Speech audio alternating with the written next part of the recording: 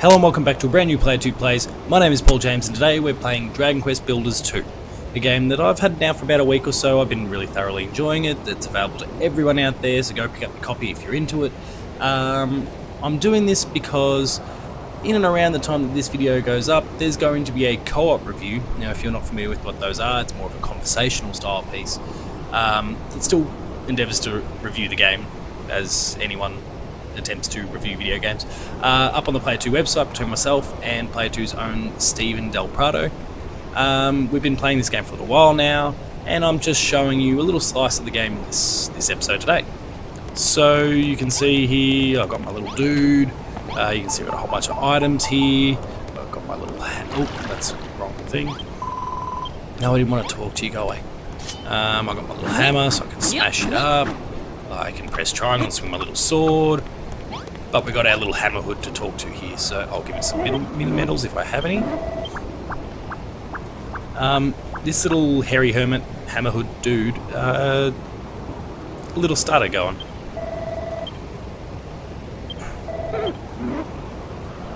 Good, take him.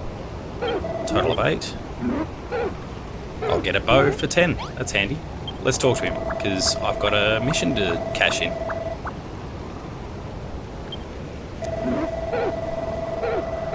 As you're well aware, the island's yours and yours alone. Feel free to whack whatever you want. Notice board.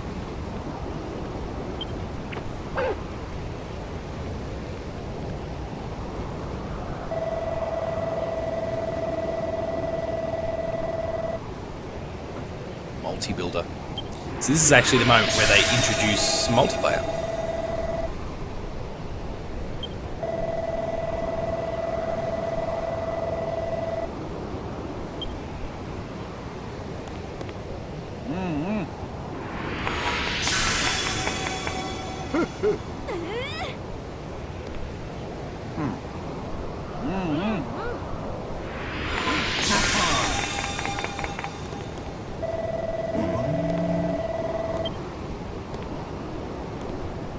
Space-time teleport.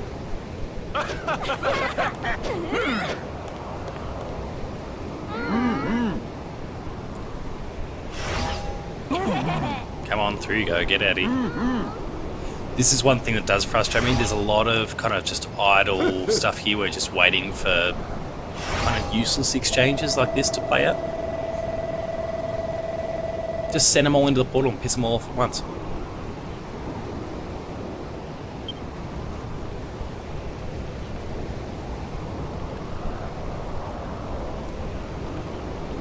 Come on, mate.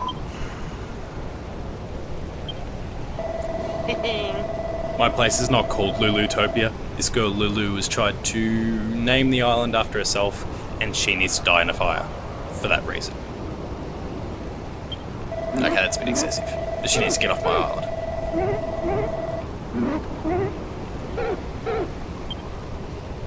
But the thing about this island is that it serves as a bit of a hub. So when it came to the last Dragon Quest Builders, the first Dragon Quest Builders, each chapter was segmented off and you visited different islands through each chapter, and you didn't actually bring anything with you. There was nothing kind of persisted between chapters.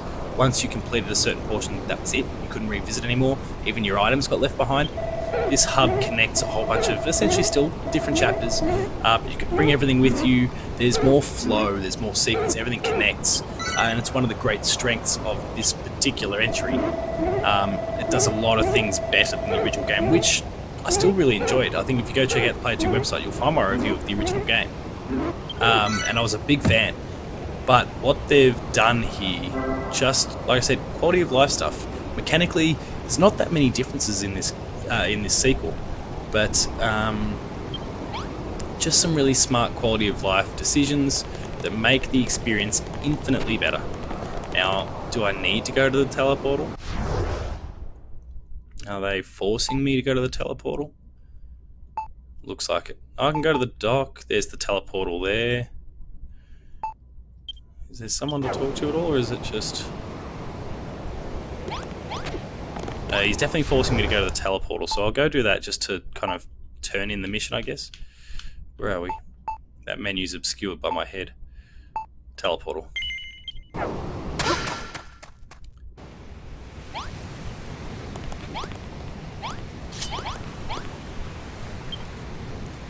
have to see your online ID, blah blah blah blah blah blah blah blah blah. Yes. 3 other builders, take a tour of someone else's island. Yes, yes, yes, yes, yes. And then we'll just boot out of that because I don't want anything more to do with it. So yeah, you can see I've got this teleport feature here. I've got my warp list. I'm going to go down to the dock because it looks like we've got someone to chat to. And oh, he's going to be behind me, of course. So I spoke before about how my items persist by pressing just the up button on the D-pad there, and I'm playing this on a DualShock. I'm playing with the PS4. The game is available on Switch as well. All of these items are things that I acquired, and I've got up to 7 kind of pockets, I guess, bag pockets, there to work with. All of these are items that I picked up, or majority anyway, items I picked up on my last little island that I visited. We might, if possible, we might trek over there and have a bit of a look.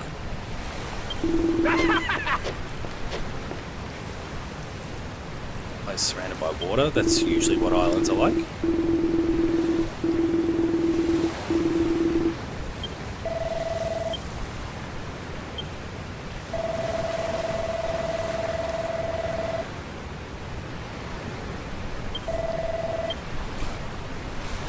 Copper, silver or gold. Okay, so we're kind of visiting a mining island next from the looks of it. But if possible, we'll quickly detour through the last island there. You can get a bit of a look, see what I built and all that sort of stuff. Get a bit of a feel for what's possible with the game. Is it going to force me to go to this other island though?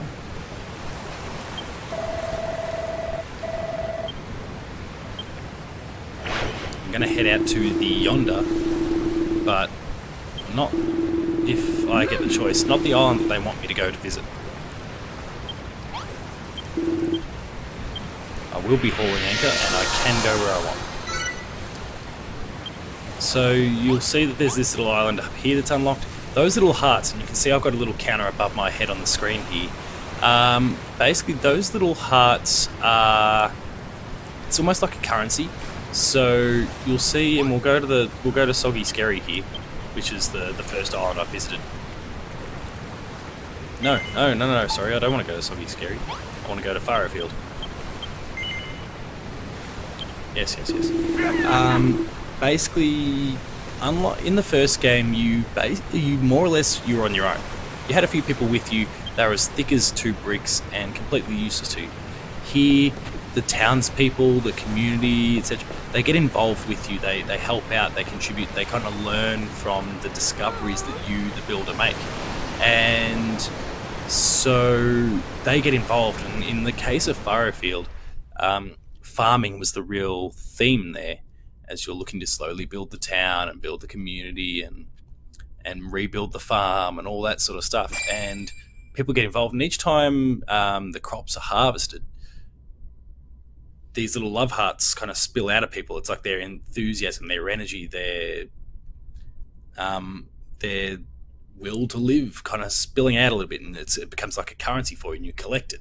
And so those hearts, as you saw with that island that was currently inaccessible, is my way to, it's my currency to buy my way over to some of these places. You get core ones, like the one that was just unlocked for me, that will pop up as a part of the story, but these other islands are accessible, and there's bonuses attached to those. So, for example, on that Soggy Scary that I visited before, and I'm worried that my head might be in the way here, there were some perks that I picked up while I was there that basically allowed me to have infinite wood, and I think it was infinite rope, cord. Now, how that works, I don't know yet. but basically I won't have to hunt for those anymore, and that's because I completed a certain number of certain objectives and unlocked that feature. So there's still some combat there. It's basic, similar to the last game.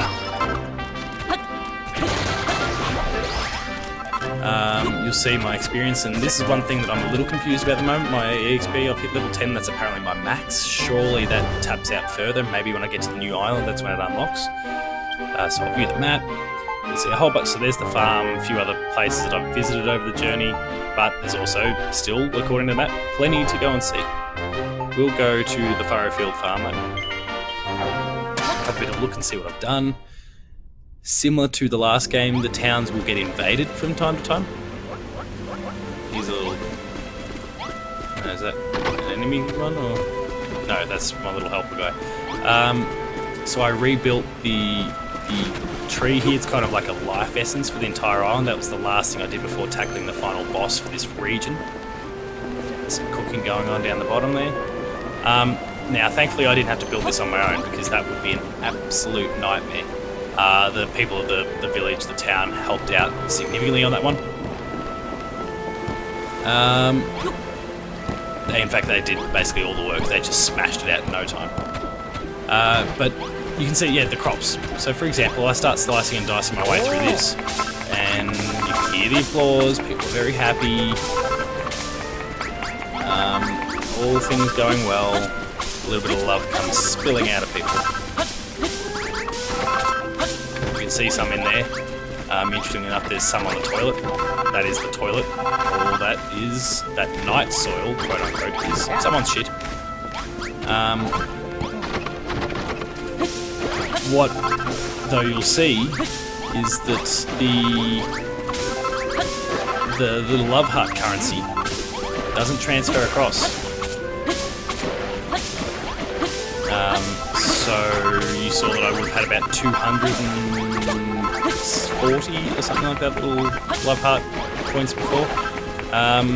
1500 here, so what I got before doesn't carry across.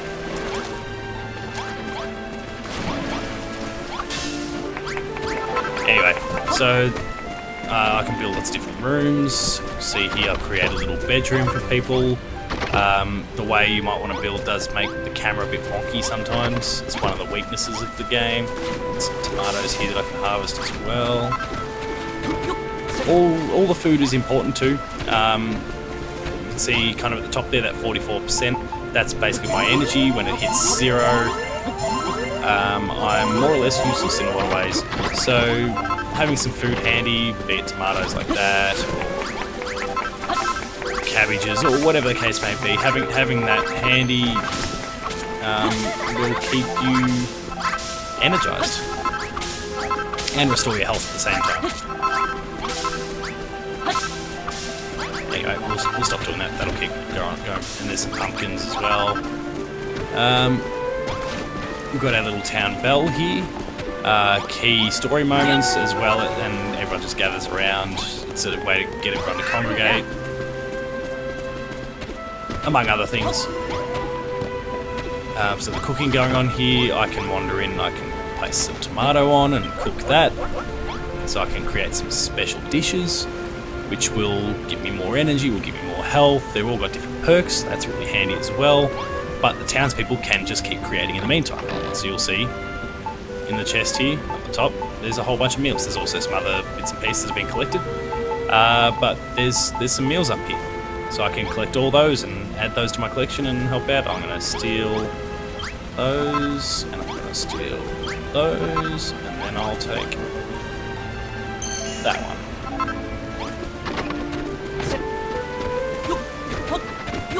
And yeah, so that, I mean, it's not a big flashy town. So here's a little bathroom that I created for everyone. Sorry, like an actual bathroom, not the toilet.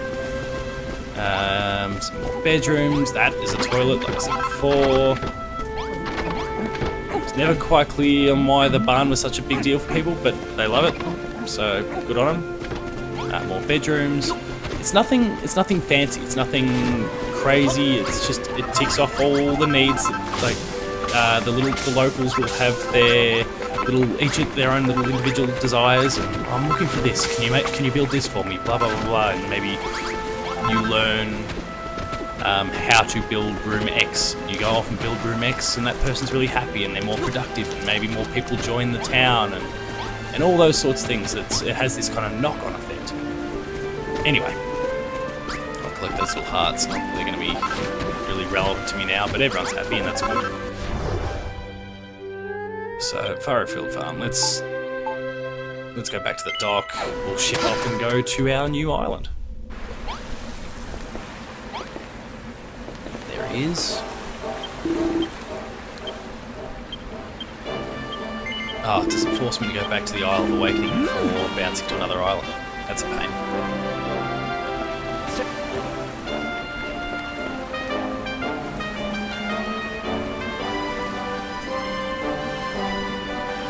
But as you would gather from that, outside of that heart currency, everything transfers across, so I can bring everything with me. All the blocks, all the food, all those sorts of things. I can carry those things with me, which is infinitely better than what we had in the first game, where you felt like and I think if I recall, it was 4 or 5 different chapters, 4 or 5 different islands, which take, anywhere between half a dozen, maybe 10 hours to roll through. And at the end of each chapter, you're leaving all this stuff behind, and that was incredibly frustrating.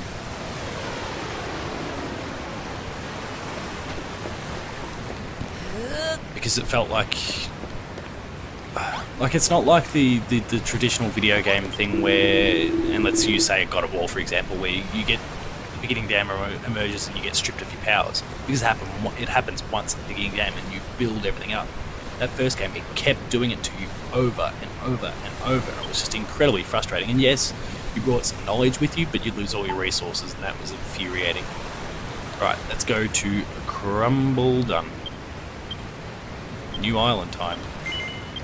So we'll see what they throw at us.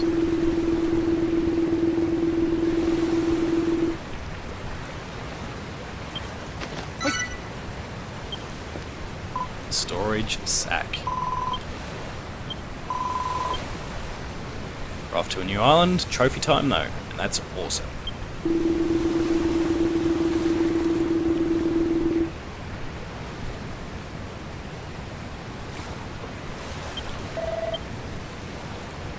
Crumbledon. Now, a large portion of the little community that I built here on the Island of Awakening actually came with me from Furrowfield after they were done. So presumably my little community here is going to continue to build after that.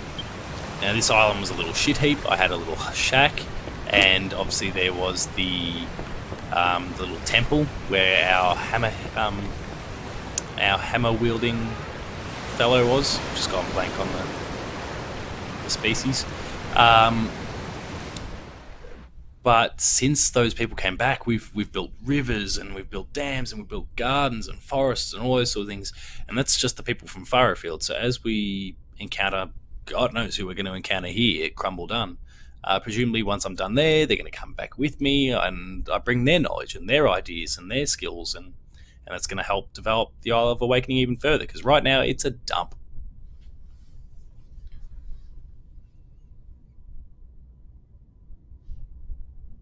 But I don't know what I'm in for here. This is all new to me at this point.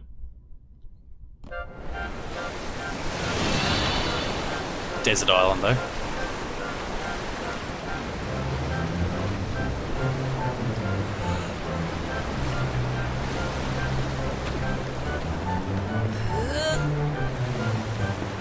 Don't talk to me, let me just go.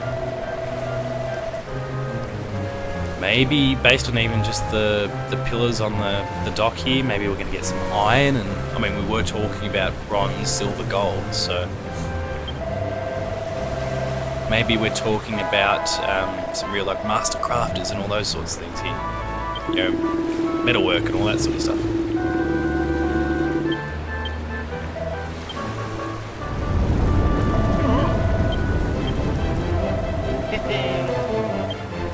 Always more to the place that meets the eye. Alright, can I... Ah, yes. Give me that. Iron block. But now that I've arrived here at this new place, I do have to leave all of that stuff behind. Ah, rightio. So I can bring things back to the Isle of Awakening, but I can't bring them into new islands. So it's not totally a clean slate then. Alright, let's have a bit of a look around.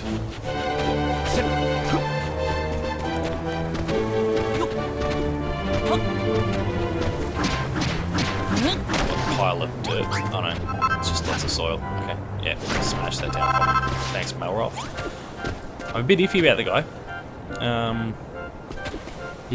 So I rocked up on this island, there'd been a boat accident. Melroth doesn't remember anything, but I know he wasn't on that boat. So he's a bit of an amnesiac, and that's a fairly typical JRPG trope, but yeah, knowing that he wasn't on the boat just adds this extra layer. I know he's on the boat, the characters don't. An old train track.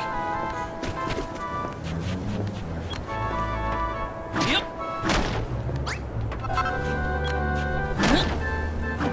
Yep. Oh, can't destroy the train track.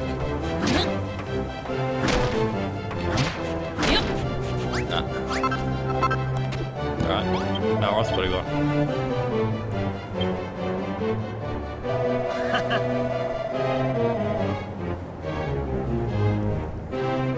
Right, laugh. The scope of all these islands is quite impressive. Everything's really quite large. There's always lots to do, and oh, righto.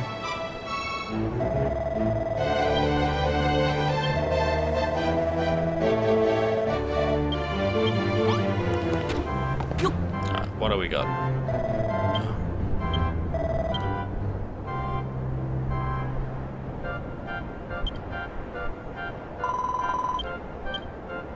Well, I mean, I've got building blocks to build on top of it. Who's out there? Huh.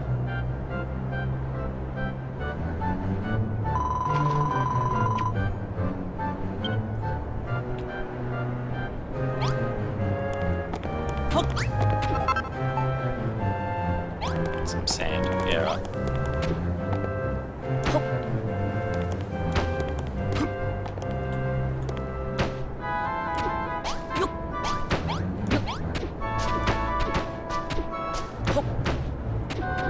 My builder knows no gravity.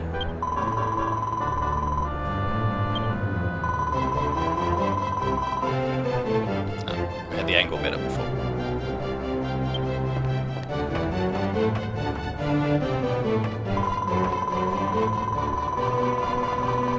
Your character, quite customizable at the beginning there. I tried to keep the hairstyle and everything the same as the one that you see in the cutscene. The box art.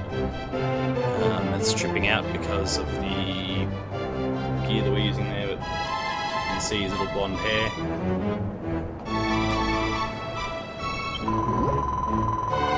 As soon as I start messing with the background there, things get a little bit funky. I'm learning all this. I've only done 1 player, 2 plays with this so far. That was my Bloodstained one, so please go and check that out if you're interested as well.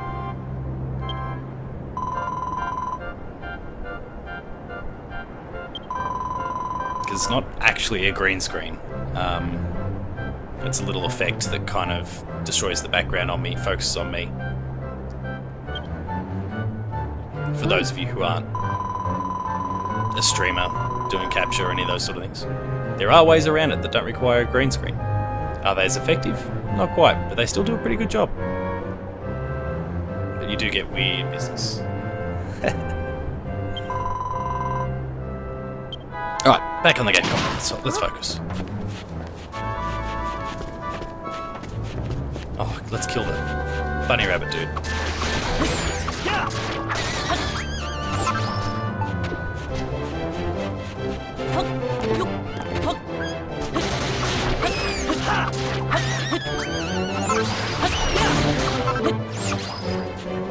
Melroth's been wanting to crack heads for the last 15 minutes, and I'm depriving him of his opportunities.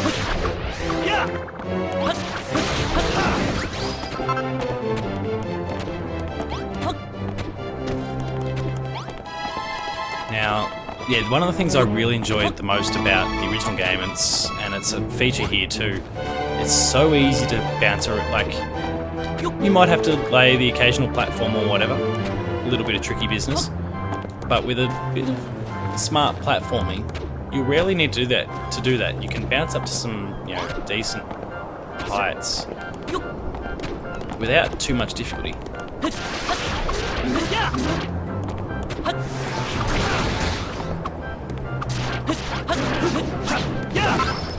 These are all new enemy types for me so far in the game.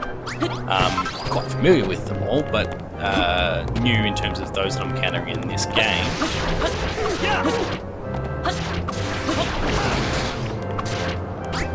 And they're dropping plenty of wood and fur, which is pretty stock standard. Not so much the furs.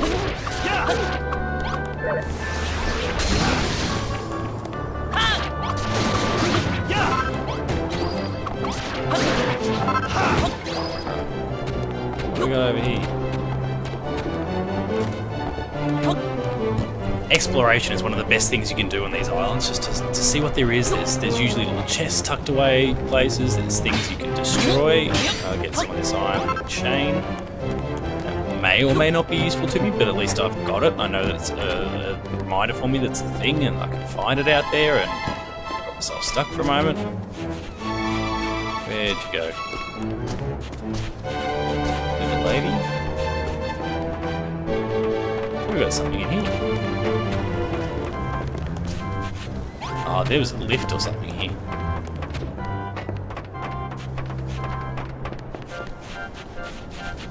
There's the bell, so here's going to be where my little settlement is. Yep, there's the little icon now on the... Oh, we got a few people already here. Rightio. Let's go crack that bell, just to make it all about... Hey! No one cares yet, just Malroth. Right. Crumble done. The land of plenty. Of boring, dull, sour-faced people.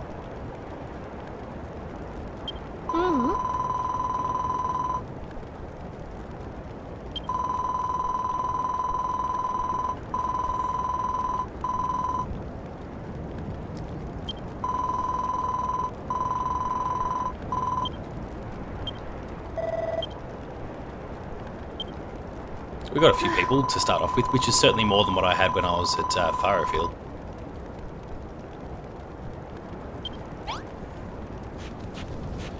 So they want me to just fraternise with the locals.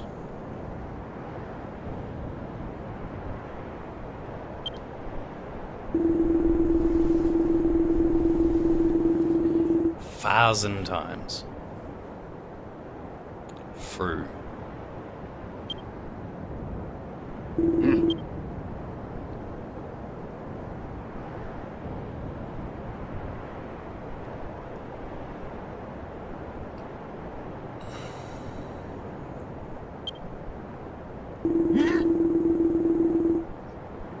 Hey, bodybuilder, look at these things. No, of course not, you pleb. Children of Argon don't take too kindly. So this is, so builders are supposedly a real blight on the world and the bringers of destruction. And you and I both know that's clearly not the case. And the worlds are slowly determining that themselves. So Furrowfield, I went there and I built up a bit of rapport and I got the relationships going and all that sort of stuff. And that's how people started to come aboard. They realised, oh, hang on, builders aren't actually that bad. And so the trend was bucked and people came aboard and things grew, and that agitated the bad guys, who then sent their big bosses, and I whooped their asses and I moved on.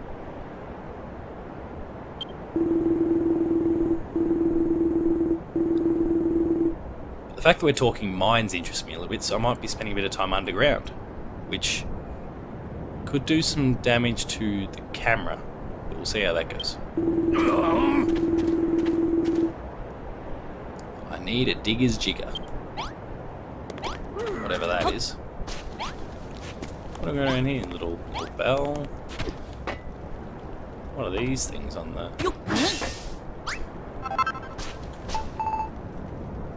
vine apple. And then there'll be a fire somewhere, or I will build one so that I can cook.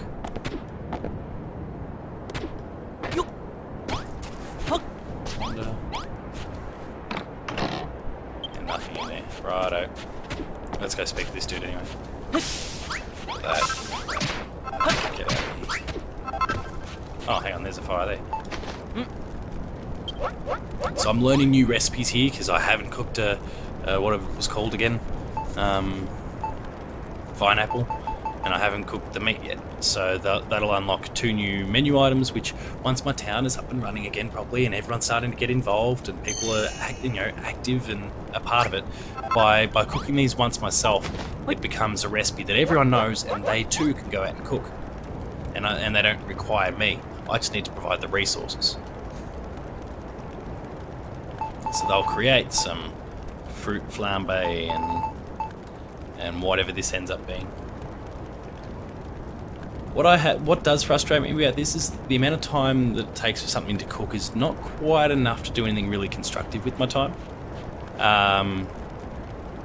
So I find that I'm just kind of lingering around waiting. So what do we got here? Just seared steak, right? Nothing burns, which I do appreciate, but you can't do anything else. You're kind of treading water a bit, and that's frustrating.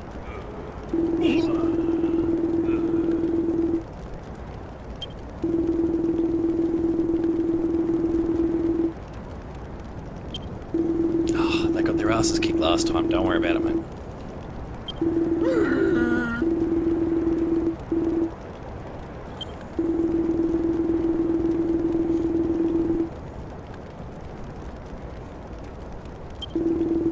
So mining and metalworking get, I guess, bundled into the same category that building does, and so they're horribly sinful and don't ever do it. And I'm actually able to level up again. So they must go up in little caps of 10 at a time. Let's actually make this a room, just to traumatize these Hargon folks by giving us a few walls to work with, and thus a bedroom to sleep in. Well, that is what bedrooms are for. Well, too far. Sand's not ideal, this is very makeshift, but we do what we need to do to get people a place to rest. A small room. Everyone's an ungrateful sod, turns out. Alright, let's go back to our little girl here, Babs. Not the best choice of name.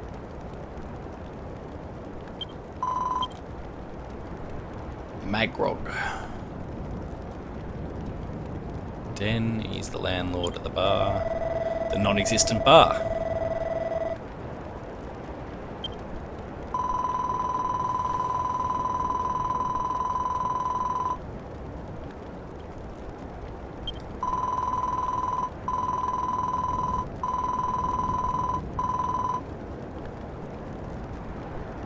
Very dialogue heavy at times. When you jump into each world, you seem to be copying a lot of dialogue, a lot of exposition, and then finally they take the wheels off. And I hope that the further we get through the game, the less they do that. Okay, here's the setup. Yeah, Children of Hargon are fucking things up. All right, cool. Let's move on. Let's get into the game. Digger's Jigger. Light refreshments, what we need. We need a cask. Be a gent, knock one together. So there must be a builder's table around that I haven't spotted. Oh, over there. I see it. Yaha!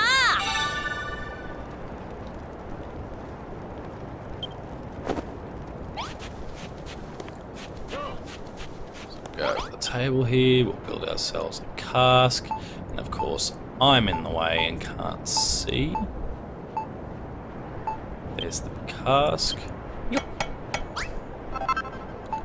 Sweet. Clonk cask down. Over here.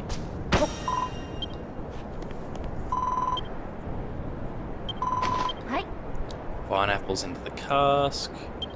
Get some digger's jigger going.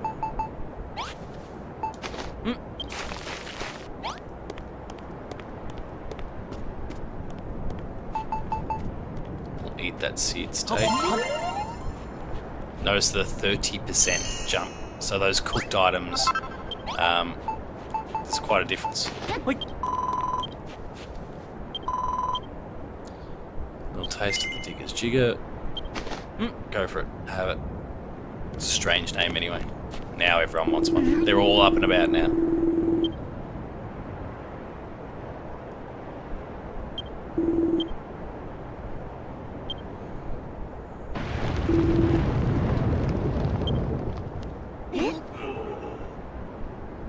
What do we got? Oh, screwed that camera up.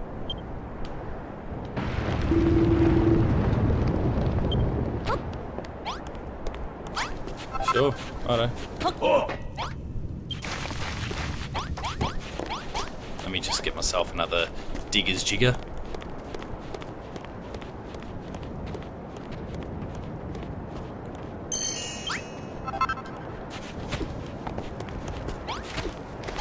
Come here, Babs.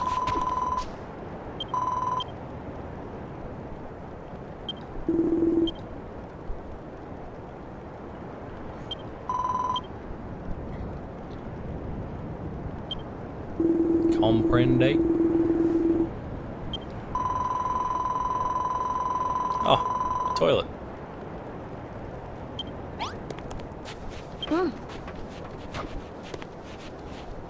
Drop my guts, move on. Alright, let's go see what's up with this, and then we might look to wrap things up, because we've dabbled in the various different mechanics so far. A little bit of combat, a little bit of building, a little bit of exploration.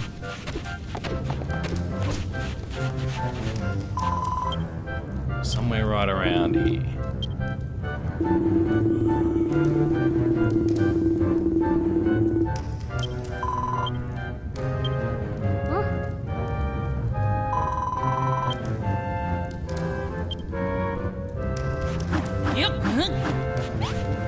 Now, there was a technique. Oh, there we are.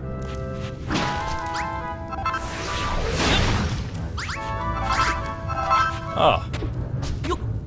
Righto.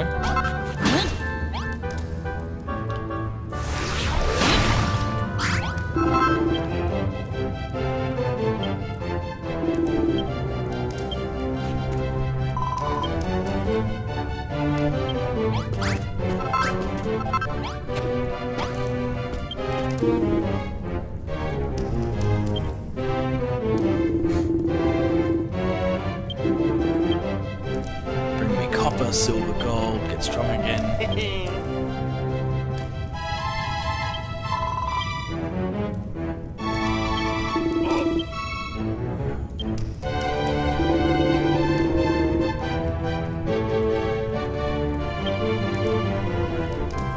Good to see.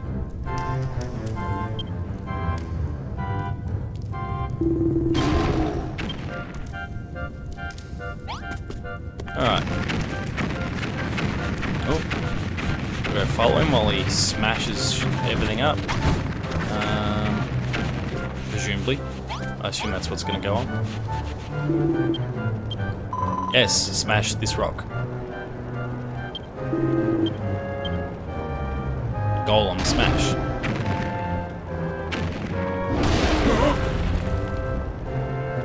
So we've got some mine access.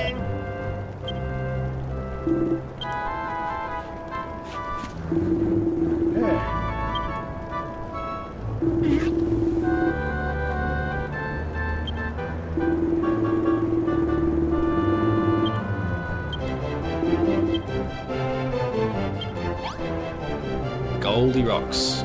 Speak to this dude and then we'll wrap it up. These rocks for years, blah blah blah blah.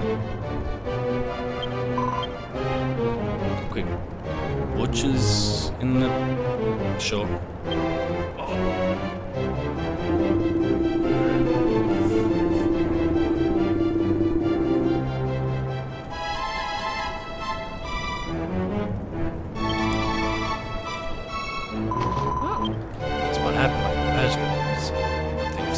situation, bit live for Yonks, miners must have left him here, rusty wrecking balls, and they've been tossed in my bag straight away.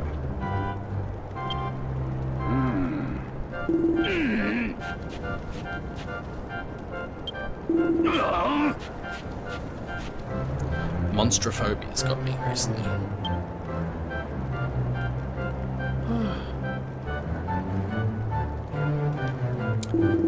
Weak as the proverbial. A few lumps of copper, 5 should do. Okay, so a wrecking ball's just a bomb. Let me tuck that in the bag, we'll tuck that in the bag. That can go. So by pressing the down button I can toss things straight into my bag. The oil I don't want. Floorboard can go, earth can go, iron block can go. And then we'll tidy that up. Okay, so we'll take the quickest of quick looks in here, just to see if there's anything of note. Maybe we'll blow something up.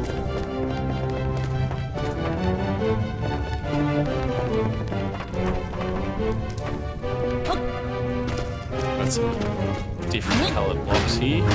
So what have we got? Malachite. This one's different as well, what's that? No, that's just regular old soil in here. Okay.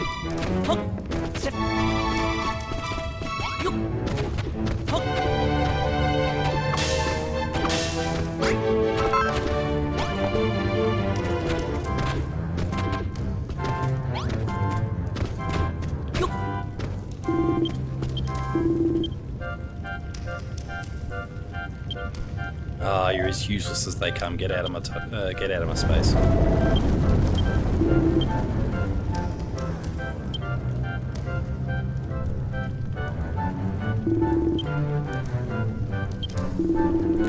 And so as quickly as I toss those things into my bag, I can also fish it out like you saw before and take out whatever I need as well.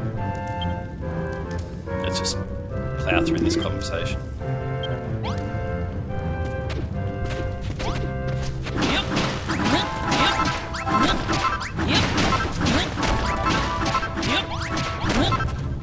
Assume he wants me to set a bomb there though or something. Rusty wrecking ball. Okay, so I'll jump in the bag, tidy that up, there's my rusty wrecking ball, take 20 of them, and then we'll place one right about here, and we take off. Quick way to get a lot of soil and other bits and pieces.